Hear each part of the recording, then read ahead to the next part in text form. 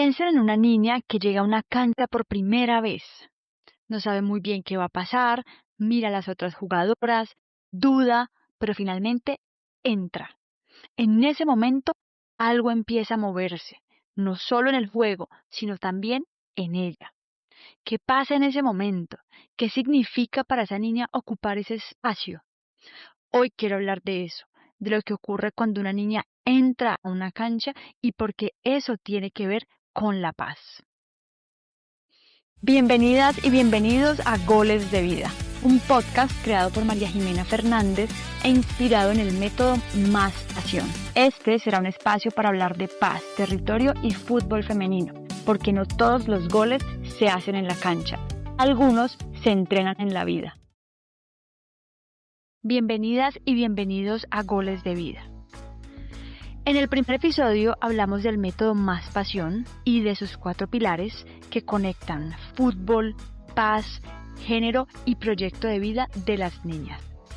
Hoy quiero ir más a fondo en uno de ellos, la paz, pero no desde esta idea lejana o abstracta, sino desde la cancha. A veces creemos que hablar de paz es hablar solo de guerra, de acuerdos o de decisiones políticas, y sí, todo esto hace parte, pero la paz también se construye en los espacios que habitamos todos los días. Una escuela, en la familia, una comunidad, el barrio y, por supuesto, una cancha de fútbol. Para entender esto mejor, voy a tomar como referencia a Johan Galtung, uno de los pensadores más importantes en los estudios de paz y de conflicto. Galtung fue un sociólogo noruego reconocido como una de las figuras fundadoras de los estudios de paz. Su aporte fue muy importante porque nos ayudó a entender que la paz no debe verse únicamente como la ausencia de conflicto armado o de reducirse a que no haya una guerra con violencia visible. Para Galtung, una sociedad puede parecer tranquila y aún así estar atravesada por profundas injusticias. Puede no haber armas, puede no haber una guerra declarada, pero si hay pobreza, si hay exclusión, discriminación o falta de oportunidades, esa paz sigue siendo incompleta. Por eso, Galtung plantea categorías de análisis y aquí vamos a hablar de 2 de ellas, la paz negativa y la paz positiva. La paz negativa es la ausencia de conflicto armado o de violencia directa, cuando no hay guerras, cuando no hay agresiones visibles, cuando no hay golpes ni enfrentamientos. En cambio, la paz positiva va más allá de la ausencia de un conflicto armado o violento y hace referencia a la posibilidad de habitar con condiciones de vida digna. La paz positiva habla de una sociedad con justicia, con equidad, con participación y reconocimiento, pero sobre todo con oportunidades. Esa es la paz que se entiende como la posibilidad de que las personas puedan construir su proyecto de vida sin que su origen o su género, ni su clase social o su territorio les pongan barreras. Ahí es donde el fútbol femenino entra en esta conversación, porque el fútbol también puede mostrarnos qué tan equitativa, qué tan justa es una sociedad con sus niñas y mujeres, con las posibilidades de ser, de pertenecer o de crecer.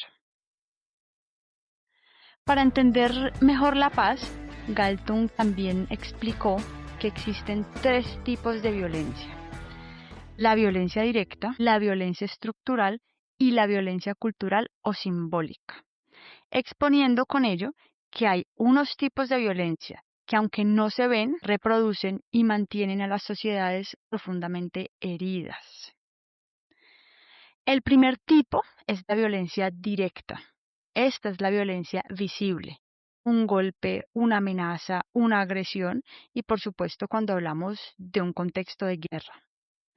El segundo es la violencia estructural. Esta violencia ocurre cuando las estructuras sociales, económicas o políticas impiden que las personas se desarrollen con su potencial. No la ejerce necesariamente una persona con un arma, sino que es un sistema que produce desigualdad, pobreza, falta de acceso a la educación, a la salud, al empleo o incluso a la justicia. Una sociedad puede parecer tranquila y aún así tener violencia estructural. Si, por ejemplo, muchas personas viven excluidas de lo básico, un niño o una niña que deban caminar horas para llegar a una escuela, eso es violencia estructural. Que no tengan acceso a agua potable o a un servicio de salud, eso es violencia estructural. Y en el tercer tipo de violencia, hablamos de la violencia cultural o la violencia simbólica. Aquí las ideas, los discursos o las creencias terminan por justificar esa violencia directa o estructural.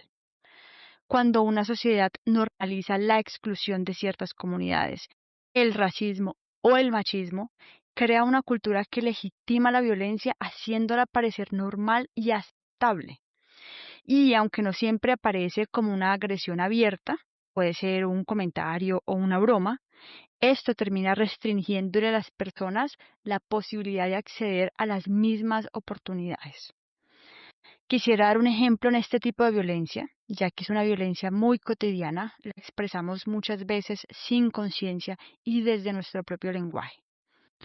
Un ejemplo simple, cuando alguien dice, uy, juega muy bien y eso que es mujer.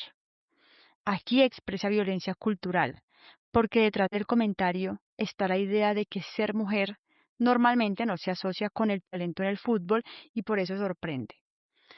Es posible que no se diga esto con mala intención, pero refleja prejuicios que la sociedad ha normalizado y que terminan generando malos tratos, injusticias o exclusión.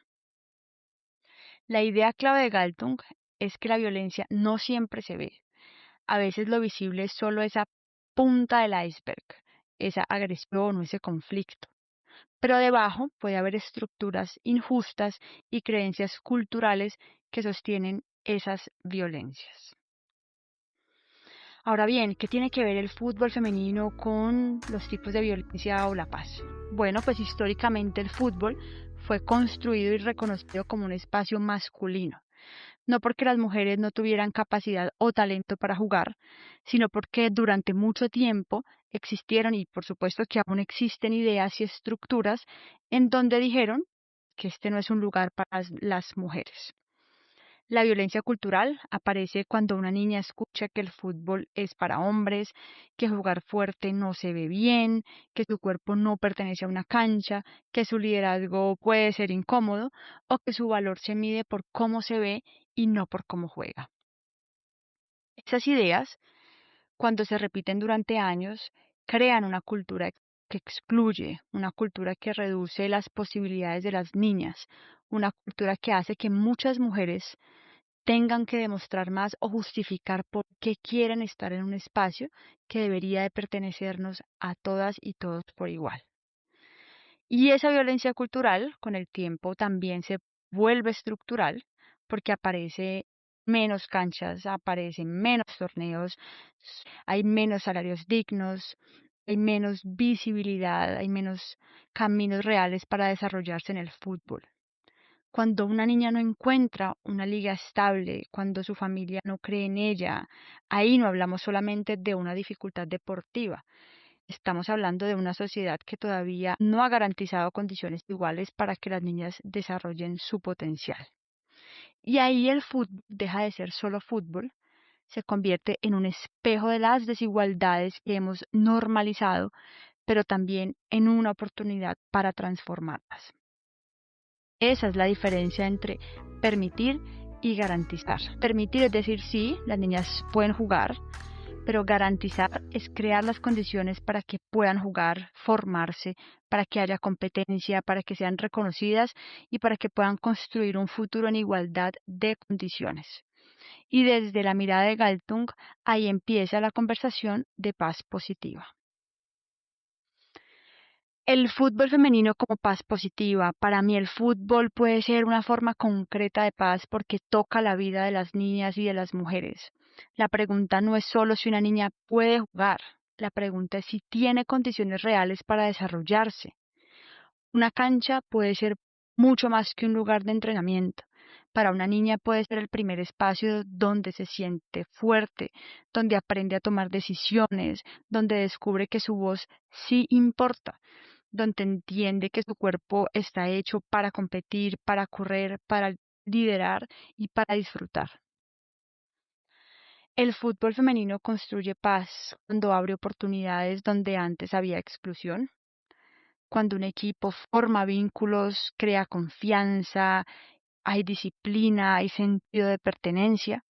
En muchos territorios, pertenecer a un equipo puede significar tener una red de apoyo, una rutina, crear un vínculo con los adultos, un referente, cuando hay una razón para creer que la vida puede tener otros caminos distintos a los que su contexto le ha ofrecido. Eso es exactamente lo que busca el método Más Pasión, que el fútbol sea una herramienta real de transformación social. No basta con entregar un balón. Se necesitan procesos serios, acompañamiento, tener un buen enfoque de género, una formación humana, condiciones dignas. Desde ahí la paz se construye con estructuras, con cuidados y con oportunidades reales. Por eso hablar de fútbol femenino también es hablar de justicia social. Cuando una niña accede al deporte en condiciones dignas, no solo gana una práctica deportiva, gana confianza, gana presencia, conocimiento, capacidad de imaginar un futuro. Y esa es una transformación profundamente política, aunque ocurra en una cancha de barrio, en una escuela o en un territorio olvidado. El fútbol femenino entonces no es solo importante porque las mujeres tengan derecho a jugar. Eso, por supuesto, es fundamental, pero el punto es todavía más profundo. El fútbol femenino nos obliga a mirar qué tipo de sociedad hemos construido y qué tipo de sociedad queremos construir. Si una niña tiene que luchar más para entrar a una cancha, si recibe menos reconocimiento, si su talento se toma menos en serio o si todavía enfrenta ideas que cuestionan su lugar en el deporte, no estamos hablando solo de fútbol. Estamos hablando de desigualdad, de violencia estructural y violencia cultural, porque los espacios no son ni de mujeres ni de hombres, los espacios son y todos y todas deberíamos poder habitarlos sin sentir que no podemos estar ahí, porque aplica también para un niño que no se le ha permitido expresarse libre, sin otorgarle un rol de lo que debería cumplir por su género. Cada vez que una niña entra a una cancha en condiciones de dignidad, algo se transforma. Ese acto rompe una idea antigua, la idea de que hay espacios que no son para ellas. Cada entrenamiento, cada torneo, cada equipo femenino y cada niña que se reconoce capaz son formas concretas de disputar la injusticia. Eso es lo que hace poderoso al fútbol femenino. No solo produce goles, produce confianza, comunidad, liderazgo y futuro. Por eso y por otras tantas razones más, este podcast se llama Goles de Vida, porque hay goles que no se celebran en el marcador de un partido. Hay goles que se celebran cuando una niña se atreve, cuando una familia la apoya, cuando una comunidad la reconoce y cuando una sociedad empieza a entender que abrir espacios dignos para todas y todos en el fútbol también es construir paz. La paz que también se entrena. Esto fue Goles de Vida, un podcast creado e inspirado en el método Más Pasión. Gracias por escuchar este espacio donde hablamos de lo que también se entrena fuera de la cancha. Si este episodio te hizo pensar en una niña, una mujer o una historia que merece ser escuchada, compártelo con alguien más.